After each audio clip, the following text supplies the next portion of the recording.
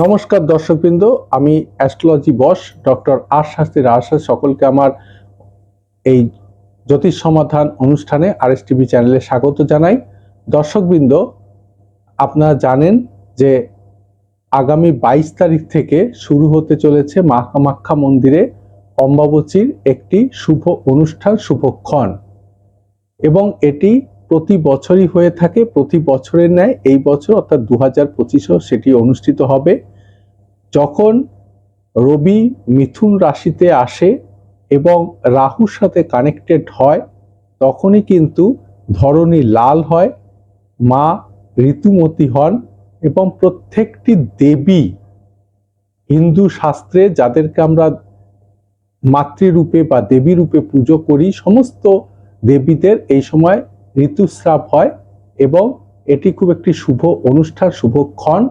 এই সময় এই যে 22 থেকে 25 তারিখ, 22 তারিখ হচ্ছে তার প্রবৃত্তি শুরু এবং 25 তারিখ হচ্ছে নিবৃত্তি বা শেষ।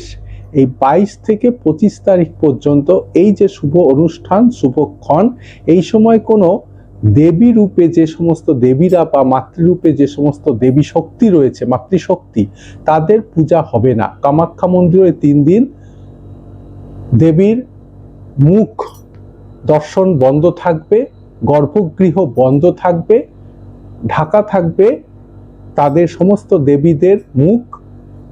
3 দিন পরে অর্থাৎ 25 তারিখ হয়ে গেলে আবার মুখ মানে দেবীদের মুখ বা মাতৃশক্তি তাদের মুখ উন্মোচন করা হবে, তাদের আবার পুজো পাঠ হবে।